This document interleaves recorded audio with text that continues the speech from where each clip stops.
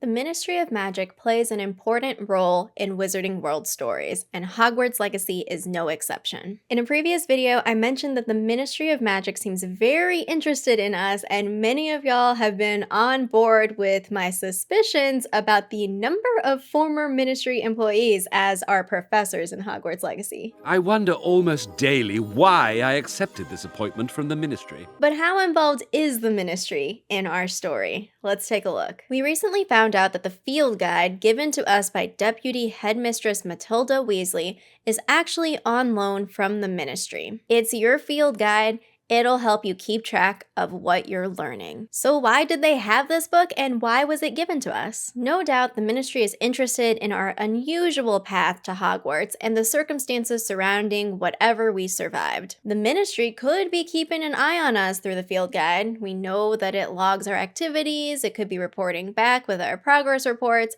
and if we have a sensitivity to ancient magic, the Ministry would want to keep tabs on what we're doing and possibly track how powerful we are. I mean, they put the trace on children to monitor underage magic, so it's not out of the realm of possibilities that a similar type of magic is used in the field guide. So the Ministry could have created this special field guide to secretly keep track of our learning. On the other hand, if the field guide is not just some general magical tracking device for a child, then perhaps there is a more personal reason for us to access it. And that's because George Osric wants our help. Okay, well, who's that? Let's back up. Hogwarts Legacy has been very secretive about the narrative in this game, but they recently revealed a character card for a wizard named George Osric. A high-ranking Ministry of Magic official, George is a charming, gregarious fellow and a decades-long friend to both Professor Fig and his wife, Miriam. His uncanny ability to unravel the most enigmatic riddles, combined with his steadfast loyalty and trustworthiness, prompted Miriam to enlist his help in solving a seemingly indecipherable puzzle she uncovered just before she died. He may have bitten off more than he can chew, however, and will need the player's help to pick up where Miriam left off. Let's think about the relationship between these characters. If George was a high-ranking Ministry official, it's possible that Miriam also worked at the Ministry, and that would explain how her and Fig are decades-long friends with George. And if we think that Miriam found this indecipherable puzzle through her work at the Ministry, then it would make sense that she would reach out to George, who also works for the Ministry. So Miriam is Fig's wife, who discovered an indecipherable puzzle, recruited George to help her out, and then died. And because George is such a loyal and trustworthy Hufflepuff, he decided that he's going to continue the work. But then he realizes he can't do it alone, he's in over his head, so then he recruits us to continue where Miriam left off. But why would George need us, a teenager?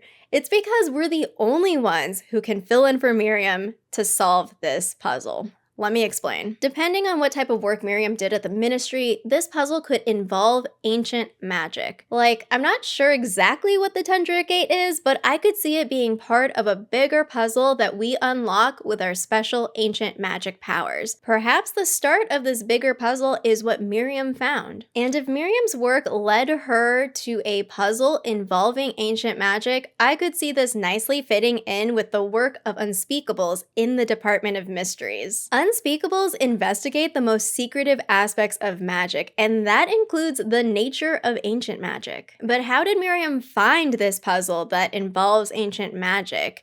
Well, perhaps she also has a sensitivity to ancient magic like us. So when Fig finds out that we also have a sense with ancient magic, and George also finds out we have a sense with ancient magic, they realize that we can fill in Miriam's place in order to continue the work. And even though we are a teenager, we are very rare and unique in the wizarding world, so we may be the only one who can help in this mission. Now the problem is, we're a 5th-year student who stumbles into Hogwarts late and needs to catch up on what we missed during those first 4 years. But don't worry, George has us covered.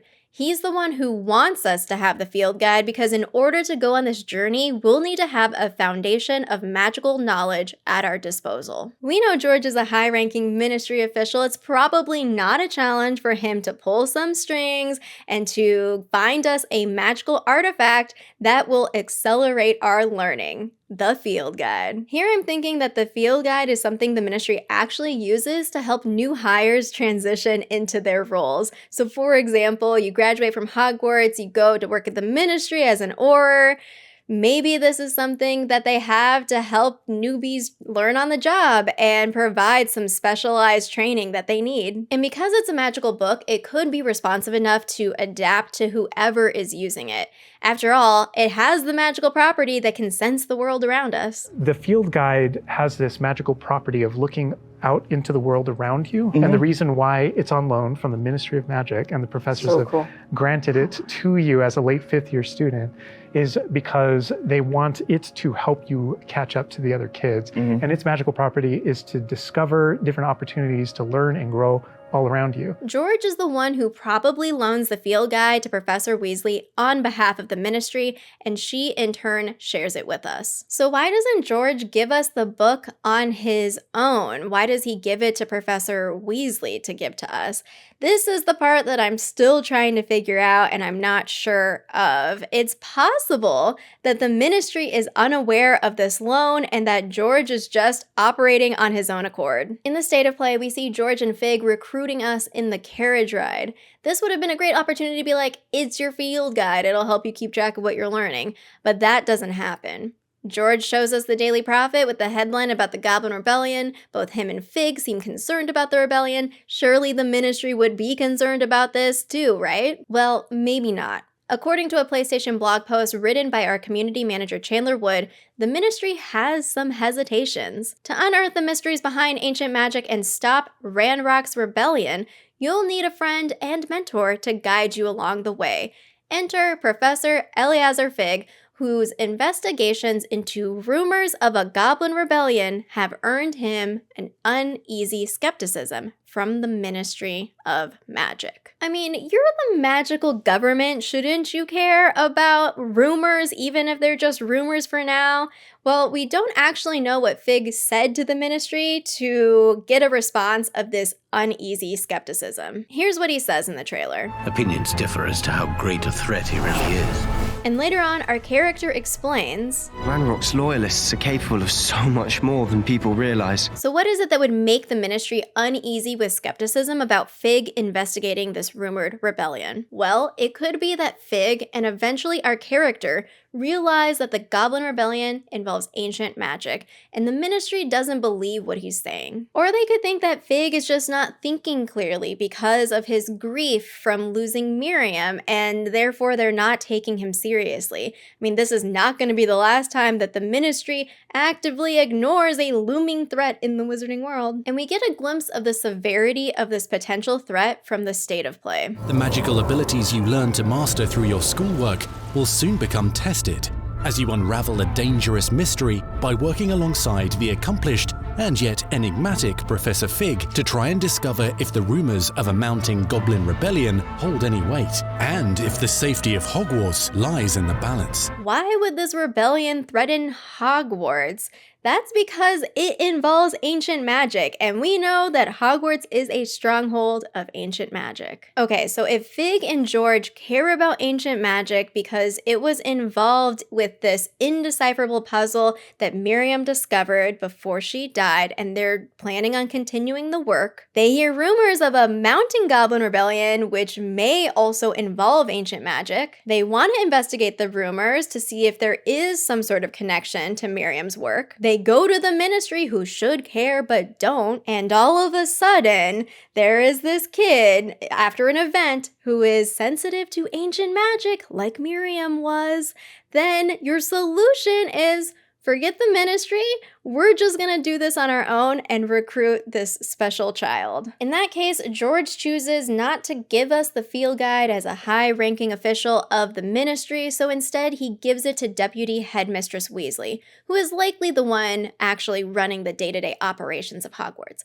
And this is a way to avoid direct responsibility of putting the field guide into our hands. And maybe he also doesn't want us walking in with the field guide in case Headmaster Black sees it and confiscates it or questions the ministry about it. Professor Weasley seems to be the right person to get the field guide in our hands safely. A simpler explanation is that he doesn't think about the field guide until we're in the carriage ride, and he chooses to send it to us later. As a new student at Hogwarts, perhaps Fig takes us to Diagon Alley to get supplies and money from Gringotts, just like Hagrid did with Harry. Well, during this trip, maybe our character senses some kind of ancient magic, but wait! Ranrock also senses it and barges in. We're caught off guard, we have no wand, but even if we did, we don't know any spells, so Fig fights to protect us, and that scene unfolds where we get knocked back. Remember the pensive-looking thing and the portal in the background? We probably escaped through it, and now have some questions about what's going on. Fig calls up George and invites him on the carriage ride. We talk about what happened. They realize that we could be helpful and enlist us to help investigate the Goblin Rebellion, which may be related to this other important thing that Fig's wife was working on, and we accept the main quest. Then George is like, ooh, idea, you'll need to be better prepared next time you get attacked because let's be real, Ranrock knows about us and is gonna hunt us down. So there's this thing that we use in the ministry called the field guide. I'll have it sent over to the school so you can use it to catch up. Professor Weasley is contacted to ensure a safe delivery and puts it in our hands. There you go. Overall, George wants us to have the field guide in our hands so that we can learn on the job, so to speak, as we pursue this bigger mission of continuing Miriam's work. And the ministry may or may not be aware that the field guide is in our hands, but having a narratively grounded explanation feels more satisfying than, oh, it's just a game mechanic, or hey, the ministry's actually spying on you. And that leads me to the ultimate question of this video. Is the ministry a friend or foe in Hogwarts Legacy? I think the collective ministry seems to be clueless, or at least very slow to act when it comes to us and our journey. If we look at who the current minister for magic was in 1890, it's Ferris Spavin, the longest ever serving minister from 1865 to 1903. He was 147 years old when he left office in 1903, so that means he was about 109 or 110 years old when he started. And in 1890, when we're set, Spavin was 135 years old, so he probably wasn't eager to listen to Fig go on and on about a goblin rebellion that also might involve ancient magic. Well, what about our professors who are former ministry employees? At this point, I don't have much of a reason to think they're still working for the ministry or working against us, so I'm gonna say they're just our professors doing their jobs. Headmaster Black? Yes, he was appointed by the ministry, and it appears that we'll have some conflicts with him in-game. Headmaster, I'm with a student and my schedule Your schedule will wait indefinitely, as will your student. But is he really acting on behalf of the ministry, or is he literally just the worst headmaster of all time? Probably the latter. And that leaves us with George. What else might we learn about him in-game? I saw that many of y'all thought George is someone who could potentially turn on us, and I also thought he was suspicious at first.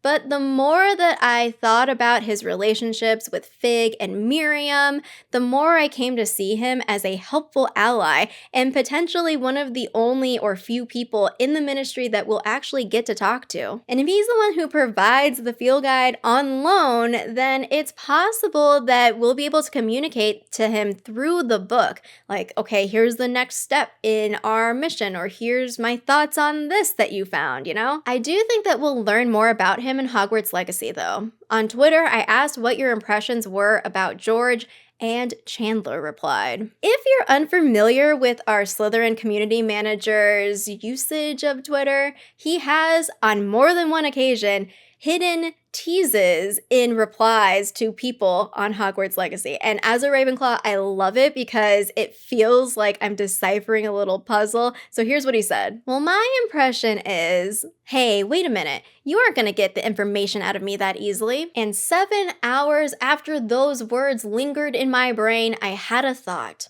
What if George is an unspeakable in the Ministry? These employees are sworn to secrecy about their jobs, and if he's a high-ranking official, he may very well be head unspeakable in the Department of Mysteries. Perhaps this further solidifies why Miriam would enlist George's help on this puzzle. Not only is he an expert puzzle solver, but he might also be her boss. So if my obsessive brain is going to read too much into Chandler's tweet, then yeah, I think he's an unspeakable. What's tricky is that we're clearly not an unspeakable, and Fig is probably not an unspeakable, even though we don't really know much about him or his past. So is it possible that George is breaking some unspeakable oath by sharing classified information with us with this puzzle? I mean, unless head unspeakables can do whatever they want until they get caught. I'm looking at you, Gareth Greengrass. In my view, George is a friend. A helpful friend who provides us with an important item,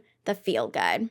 Sure, it may be a friendly gesture only for his own goals to have us continue Miriam's work with this puzzle, but at this point, I don't see him as a threat. He's part of a team in our main quest. We've got the ancient magic sensor, George has the puzzle unraveling mind, and Fig has the most investment in Miriam's legacy as we take up the mantle to write our own. Oh my goodness, if you made it to the end of this video, you should treat yourself with something nice because that was a lot. Let me know in the comments down below what you think about George, the Ministry, and our overall main quest to continue Miriam's work. I've also got to give major props to the Hogwarts Legacy marketing team for sharing just enough tidbits for us to come up with a huge range of possibilities and speculation on the story. And we will find out soon enough. Thanks so much for watching, and until next time, Juan's ready.